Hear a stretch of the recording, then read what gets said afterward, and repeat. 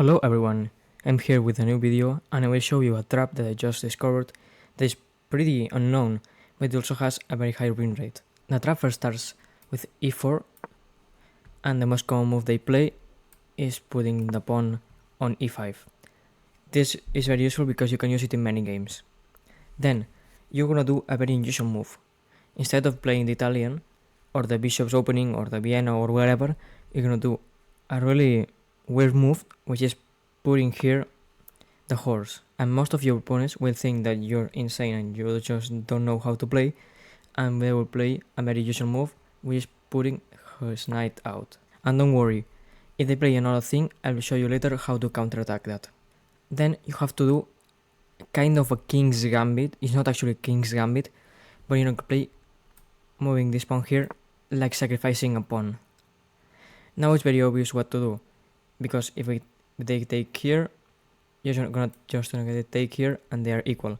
But they will see, thinking they are very smart, that they can take this pawn and you obviously have to take back with your knight and they take the pawn. And it's obviously an advantage for them because they have two pawns. But what they don't know is that from now on they have all force moves. Either way, they're gonna get checkmated or lose a bunch of material. Now, the key move, you have to do this, if not this won't work, is putting here the queen, pinning the knight to the king. Now they have many options, but only one works. If they to unpin with the bishop, you're just gonna take the knight.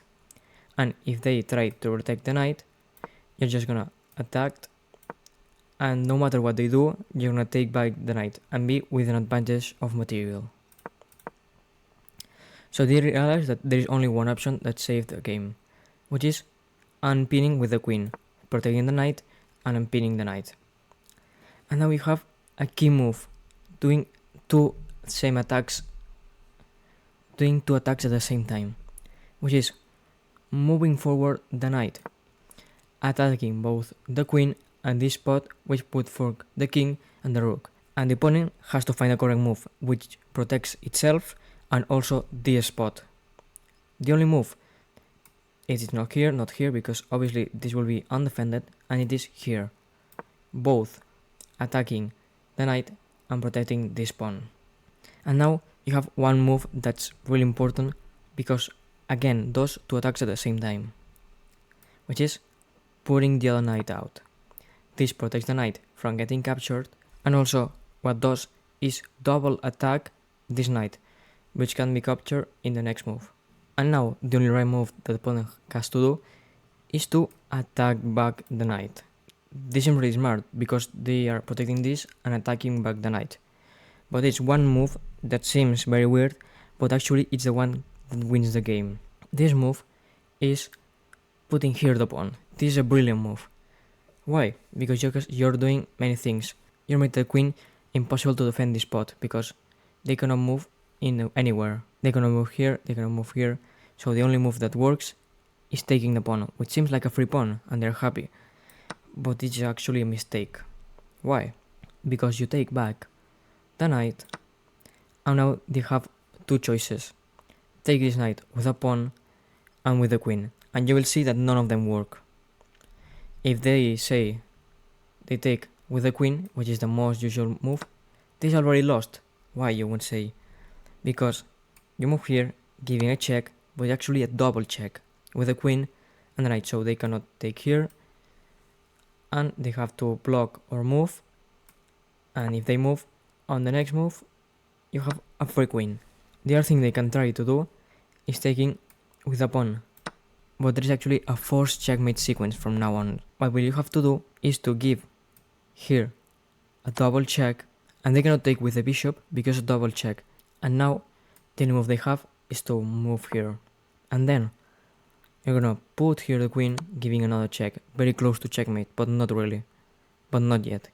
Now they have again one only thing to do, and now you have to give this special check, which is actually a fork with the queen and the king.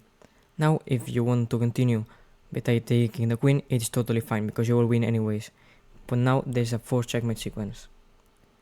They have many options to do. They can move here, like move here.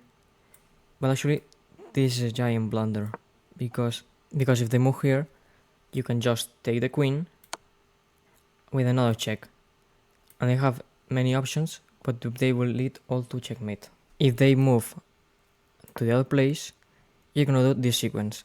Don't worry about the knight because protected by the bishop. You make a check here, and you have to move. And now, a very important move. You have to take the queen, giving a discovery check.